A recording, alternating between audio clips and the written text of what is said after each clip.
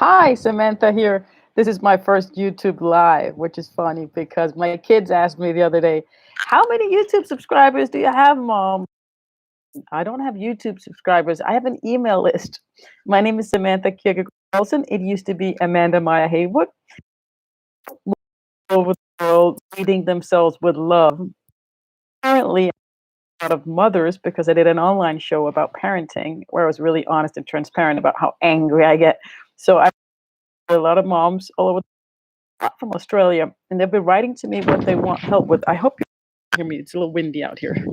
And the funny thing about this first YouTube live video that I've ever made is that it's under the category humor. I thought that was funny, so you get to see that before you press live. Anyways, I host all my video recordings, all my support material on YouTube, anyways. And since I'm sharing and helping and supporting these women, I thought, why not try to make it live on YouTube and see what happens if I can help somebody out there. I got some good feedback yesterday when I made a video live and I just talked the way I would to my clients. So what I did yesterday when I put it up on YouTube and made that public was I talked about she was upset about getting angry at my son and yelling instead of guiding him with love and patience, and how to create more nurture. And I'm just reading what she wrote. Still have a strong bond with my son so he wouldn't be angry and insecure. So that video, if you're interested in that topic, it should be available as well. So, okay. So here we go. I want to tap in today and support a woman around. Been writing to me. I have about 450 women in my closed group in Facebook called Love, and I'm just going over they want support on and now sharing it with you. This is for ambitious mothers, ambitious women. So I'll help ambitious women who are ambitious in their marriage, some in their career, some are stay-at-home moms. It's about parenting. And sometimes ambitious women, our ambition just stands in the way. Is really what of us getting what we're too ambitious. We go like I look always, but what would he do? Just way more relaxed. Hold on. Fling. So that's what I see happening is that our ambition stands in the way of actually getting what we want. So anyway, 12 steps in order to lead yourself with love and use all your powers for good, right? So we're a loving woman. That's where all our powers are. But sometimes we get really angry as parents. So that's the context, right? So in order to help this woman, she wants help with feeling disconnected with my family and being more positive and being more of a family. So what I want to say is that we are the world than our children. And their lives are so different. So the other day, my child who's 9 was arranging his whole room.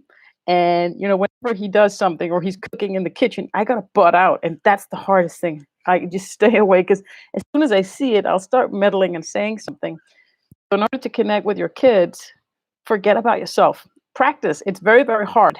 And I get that we could do it for 1 second and we start. Why are you putting your desk there in front of that drawer? Or like, let him be. Just the most important thing we can do if we want to create connection, and just in general as parents, especially as moms, try to forget about yourself and your own logic, and that's also how you create a connection. And even with your husband, when you're seeing all your own hurt, if you forget about your own hurt and pain and suffering for just 1 second, look at it from his side. That's when you create the connection. Our ego and our hurt just gets in the way. So whatever triggers us, like it triggers me. He's putting all the mess out into the hallway, right? I get all these ticks. Like, it's great that you're cleaning your floor. I love it. And it's helping, but now you're putting it all out in the hallway. And I'm like, but I got to manage my emotions right there, right? Because expanding himself.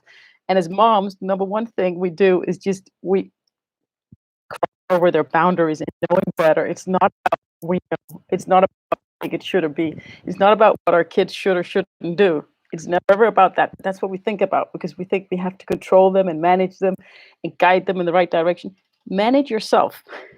If you can manage yourself and manage your mind to stay the beep out and think about what should or shouldn't you do right now? Okay, I shouldn't meddle. I should let him cook the way even though it's weird and it smells weird. I should just all that space. It's great. He's in the kitchen. It's going to take me an hour, half an hour to clean up. Okay. But he's in there exploring and he makes things completely different when we don't interfere. I remember when my 3-year-old made his own pizza, and he got to choose everything and put it in the oven, and he proudly showed it to me. I have a picture of it. It was with popcorn and baked beans.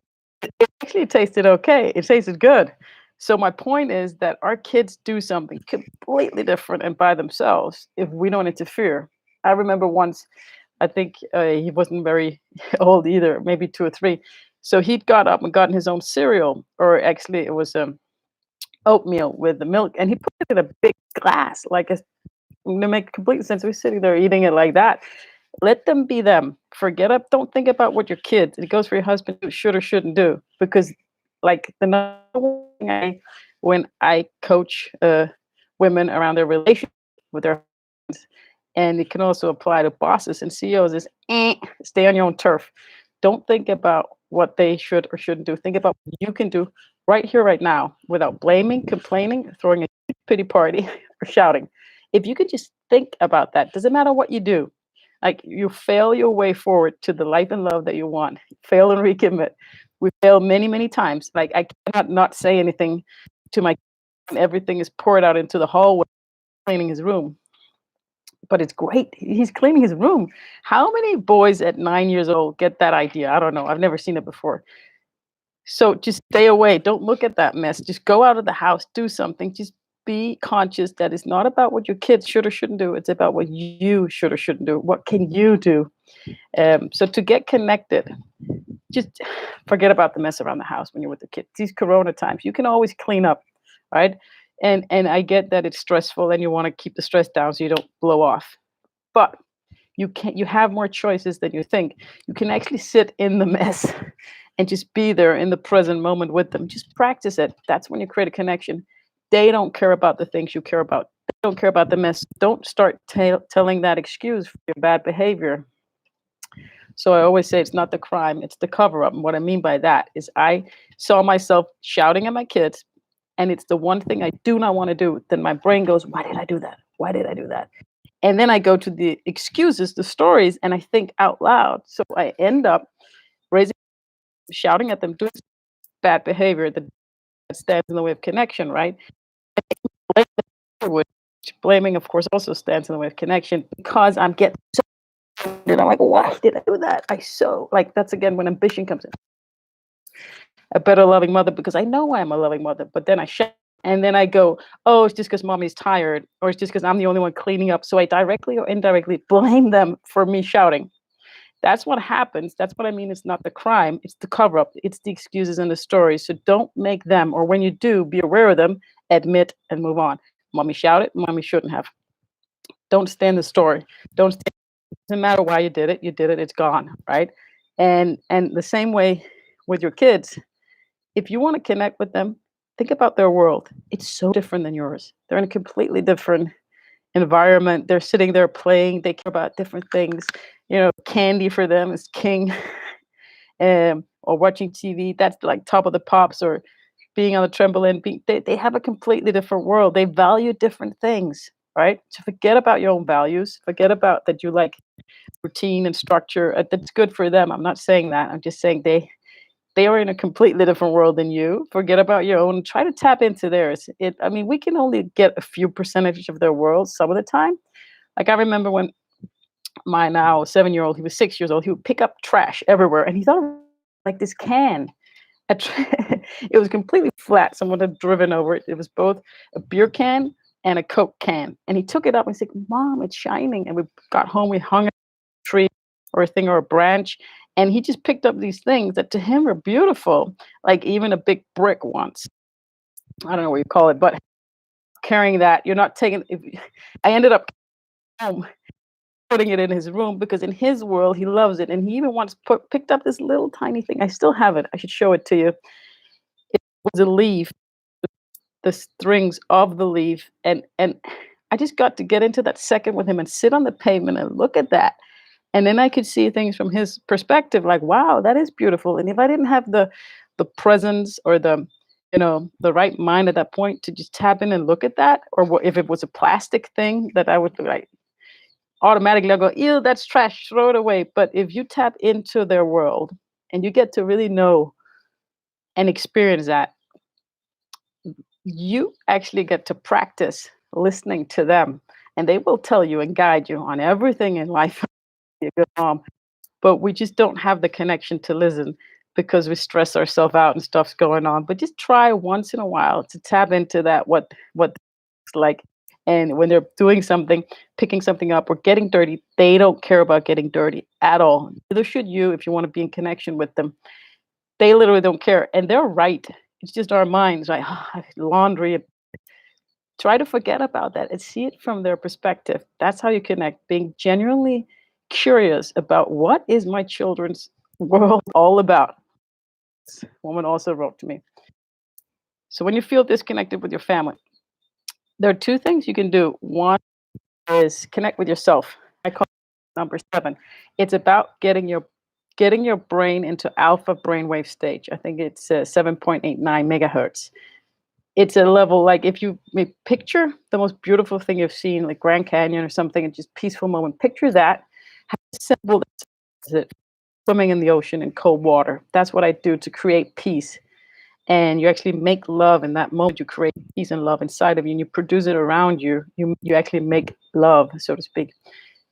You get into connection. So find the ways where you feel completely connected with the universe, higher powers, and you feel peace, and produce more peace. Get into that connect. Then when you get home, you've built that power up. So if it depletes you to be home and around your family, try to get outside of it. I know it's hard in these Corona times, and create peace and be responsible enough to go there and do that. Get up 1 hour before the kids, or 2 hours or 3 hours, and do the things that give you a connection. You're connected to your loving mother, the loving mom, your all your powers, right? We give away our powers when we blame and complain and throw pity parties and hey, fail and recommit. And just be aware, don't make excuses for your bad behavior. And what I call bad behavior stands. So there's good behavior and bad behavior. There's behavior that gets you to connection, and that's always where you want to go. As soon as you connection, the peaceful love, right? It's really bad behavior, good behaviors. Accept the bad one, admit and acknowledge them. Don't make the excuses. The longer you stay in the excuse, which is the stories, right? So I remember sending long, long text messages to my husband.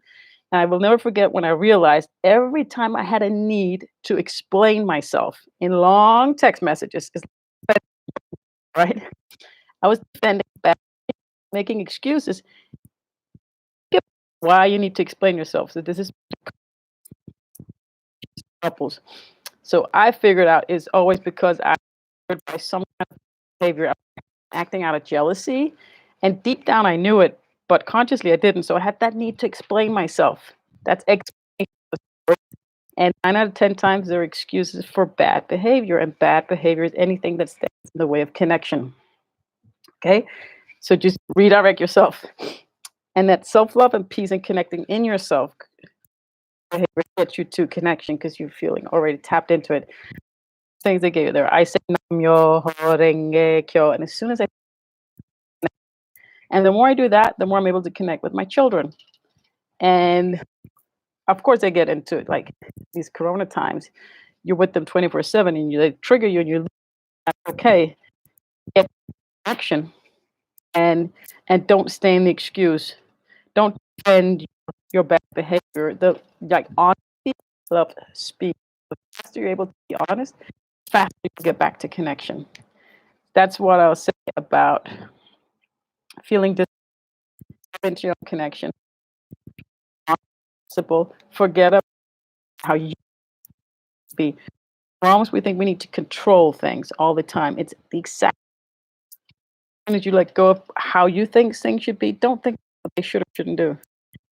What should or shouldn't I do? Oh, I should lead me. I should just focus on taking me a little bit out of the equation and place for them. So I remember my mom talking about how the class for my 30th birthday, and I was trying to explain to her, it's not what, and she was dead set that that was the right way to do it. Some kind of putting it didn't matter how do I don't know what you call it, the cover for the tables, right? That thing, forget the name, that covers it. And I was trying to explain to her, it's not about if you do it this way or that way. It's about you giving me the space to do it my way, and it's so hard. I can see it in the kitchen when can't stop saying, "Do this, do this." I get out of the kitchen, and so just realize that that it's okay. It's really impossible for any mom not to know better, do something from by removing yourself from the equation. Do the opposite of what you're automatic. And of course, if you're able to do it not at 1 out of 10 times, you've won. That's good because we're programmed to go in and step in and tell them what to do and cut this way, do that. Maybe you should. That just happens, but just be conscious that that's not the way to. I want to say today, my very first live on you, uh, inspired by my children, and a comment yesterday by someone who saw a YouTube video that I made public. All my support material is stored on YouTube, and all my interviews I've done interviews where I've interviewed experts all around the world in couples counseling, leadership, and uh, and communication. I'll try to make more of it. In the comments below if any of this landed for you. Share with moms who need this. Covering angry moms or vicious moms. We're all of that, right? So this and know what landed for you from Denmark. Show you. I don't know if you can see it. Time, Denmark. Bye.